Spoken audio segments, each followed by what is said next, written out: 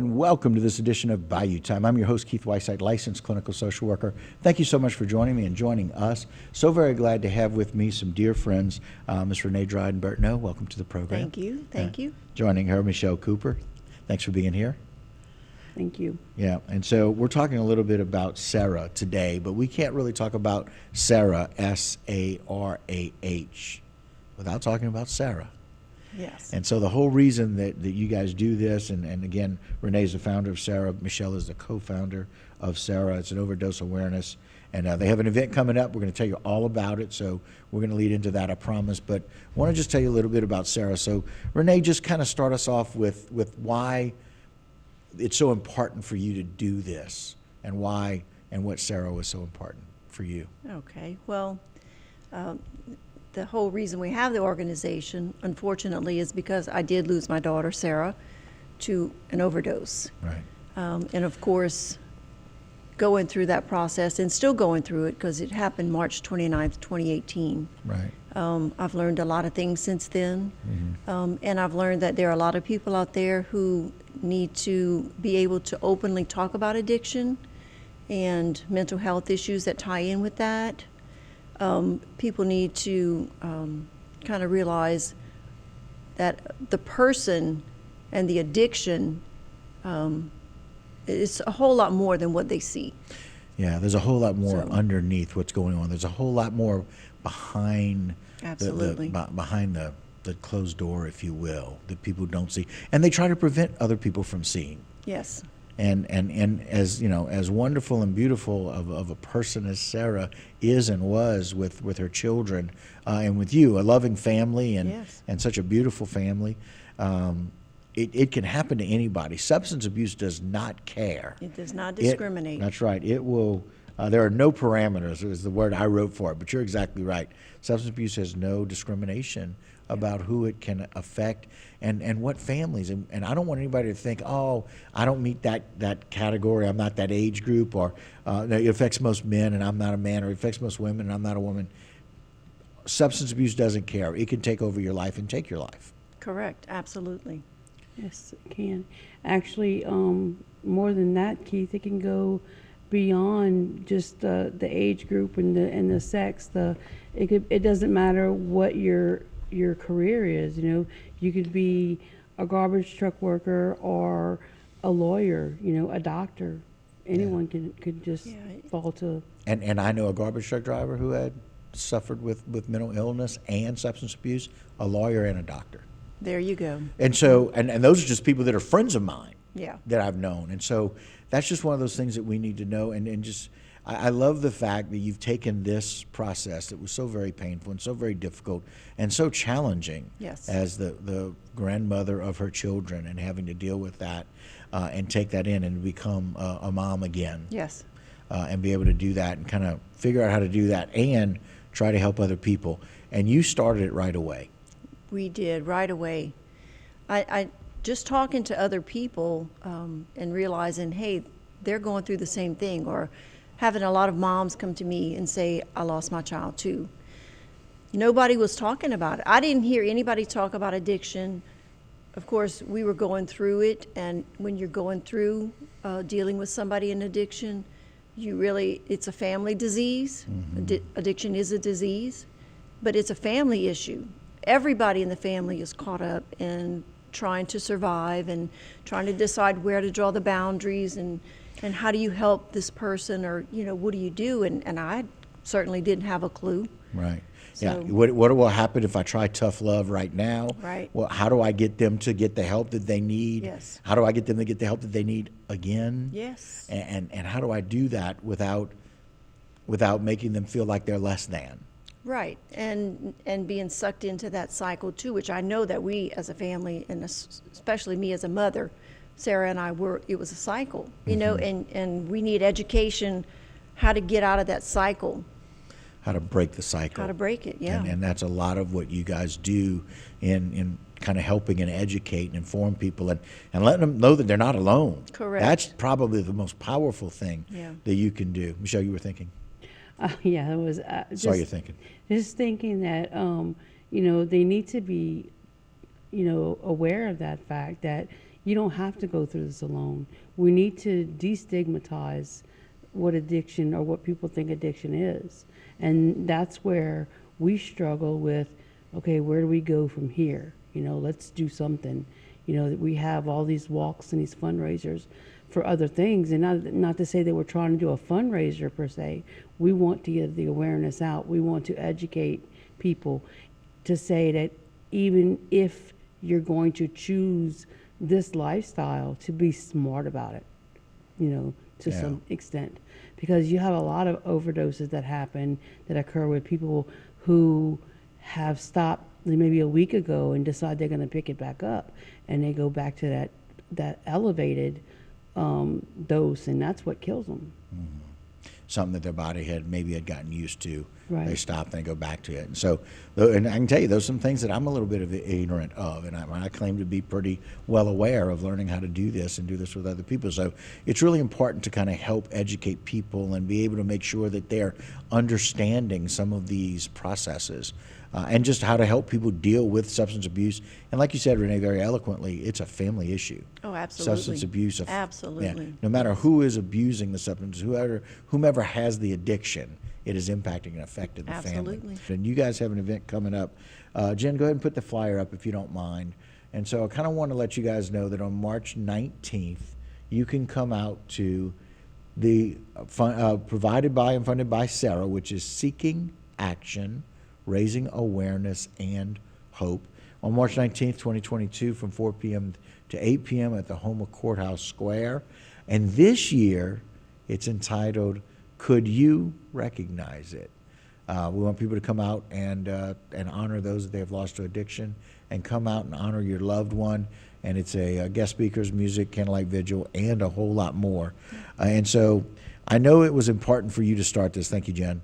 To start S.A.R.A.H in honor of Sarah. Right.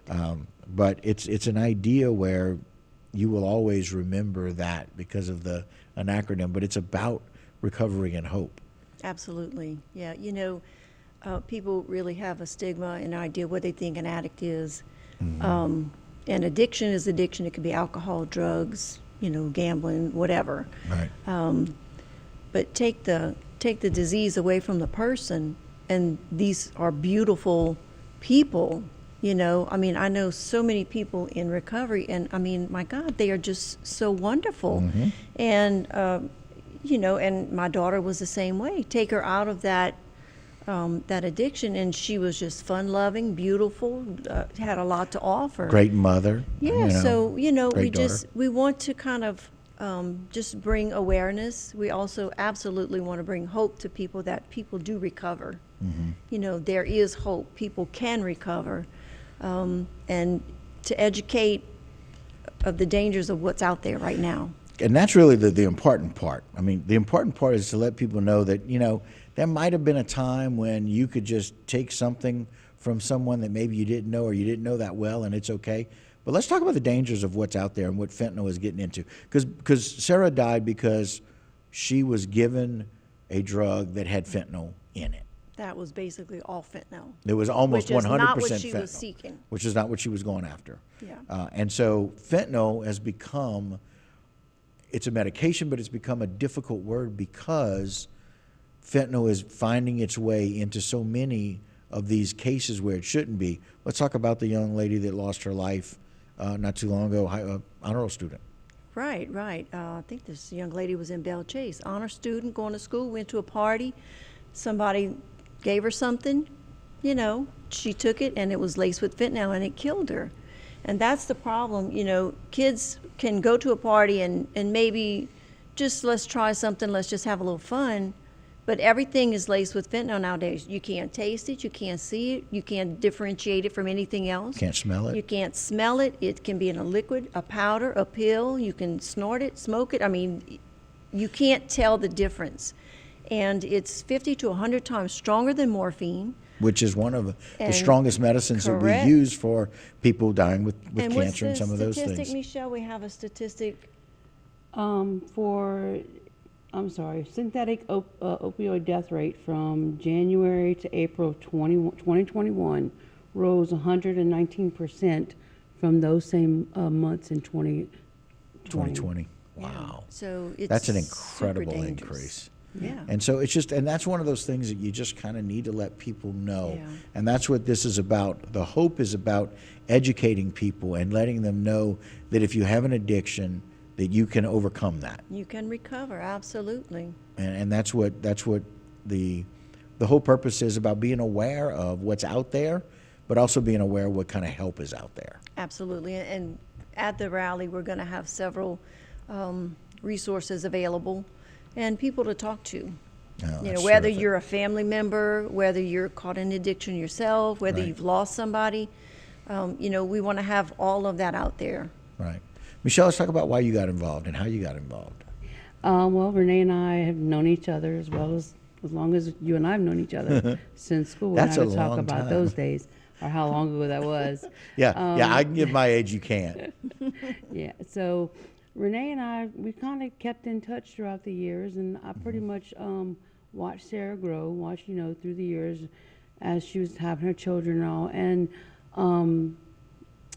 I guess I got a little worried, having kids growing up and, they're of an age and worried. And I reached out to Renee and I said, let's talk about this, because I don't ever hear anything about it, Right.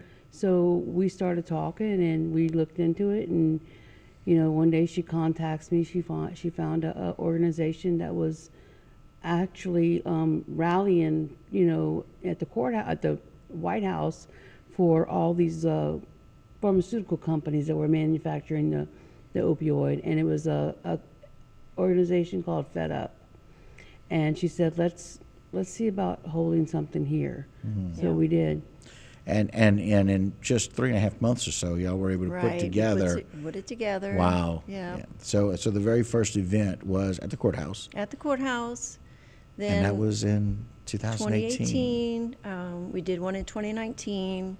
Then we Couldn't had do it, COVID. right. Then we had Ida. So here we are in March instead of August. Right. So it was in August the other years, Yes. and here we are in March. It's really interesting that we are in the midst of March here, in the middle of officially Social Work Month. And Social Work Month is all about helping people, helping others. Michelle and Renee are certainly committed to that as we look at S.A.R.A.H. Let's go ahead and put the overdose awareness event that's coming up March 19th. Jen, let's put that flyer up one more time. I want us to be able to talk about it again. S.A.R.A.H stands for Seeking Action, Raising Awareness, and Hope. They have an event coming up on March 19th, 2022, from 4 to 8 p.m. at the Houma Courthouse Square in downtown Houma, Louisiana. The theme is addiction. Could you recognize it? And they're going to be guest speakers, music, candlelight vigil, and more. Michelle, tell us a little bit about what people can expect at that event. No, thank you, Tim. So, like Renee said a while ago, a big part of what we try to do is bring awareness to the community, and let people know that they can have hope, because they don't have to go through this struggle alone. We need to destigmatize the addiction. So we're going to have some speakers that's going to come out, and some knowledgeable people that on the law enforcement side, the rehabilitation Treatment side, side, and right. then the recovery. Yeah.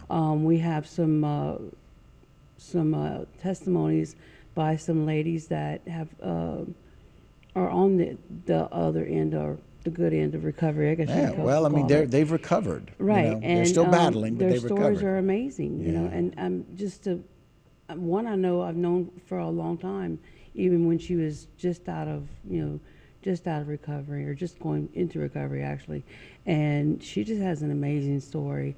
So she's going to get up and share some of that.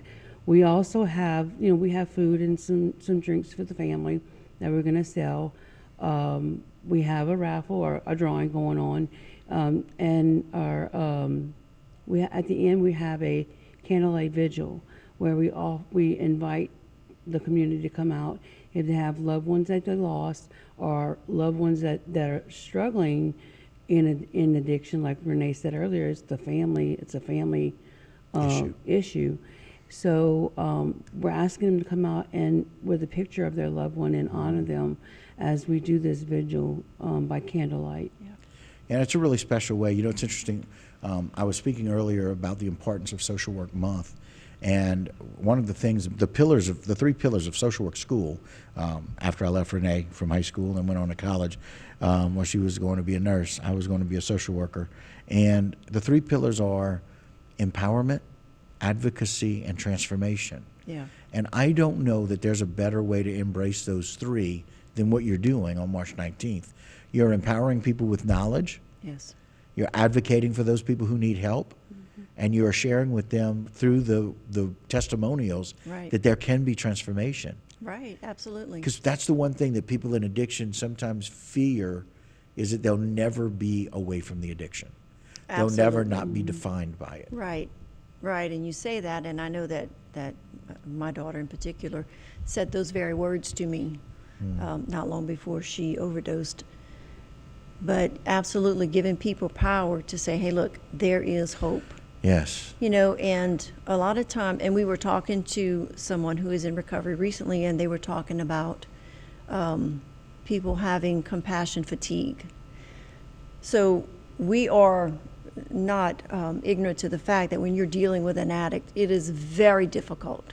You cannot reason with somebody in addiction. No, they're And unreasonable so very we often. Right, we see it often, and I understand compassion fatigue. I see it in my own profession. And I know police officers if they go to the same house 10 times and they Narcan the same person 10 times and they feel like, what's the use? But if what you're doing can help and save one person, you have to look at kind of like the butterfly effect. This one life that you have helped change is going to affect so many other lives. Yeah. You know, and that's what we feel like. If we can do this rally and help one person, two people, one family, whatever we can do to help somebody turn their life around, I mean, that's going to affect a whole bunch of other lives, you know? And so we're thankful that we get the opportunity to even do this. We're thankful that we can be a voice and help give a voice. For that. You know, it's interesting. My brother called me one day after one of my interviews, and I had said, you know, it's really important to learn from your lessons in life. And he said, I'd much rather learn from other people's lessons as well. Yeah. And I think that is clearly the butterfly effect. Yeah. When people who maybe are having some of these same issues, who are really kind of stuck early on in their addiction, Yes. they may be able to stop that addiction before it starts to run their life like Right. it can, Yeah. and starts to change their life. Yeah. We want to change it for the better, and that's what S.A.R.A.H has and is to offer. Michelle, just a few seconds about the importance of what y'all are doing and why. Just so, you know, we can get the word out Okay. that really addiction does not have any bounds as to who it affects. Right. And like Right. we save one person, it affects so many more because that one person has their family. Right. You know, it's a ripple effect. Right. Yeah. Some final thoughts, Renee? We just want you guys to come out, as many people can come out, support us. Yeah. Jen, put that up one more time while Renee's Yeah, we talking. can support it, just to kind of help each other out. You know, we kind of support one another in a family. We need to support one another in a community. We want to get resources out there. We want to give hope. And that's your answer for why it does that. Seeking Action, Raising Awareness and Hope, March 19th, 2022, at the Houma Courthouse. Addiction, could you recognize it? Ladies, thank you Yes, so much. thank you so much. We you, appreciate it. Keith. All right, guys, that'll do it for this edition of Bayou Time. Don't go anywhere. A lot more local programming here on HTV.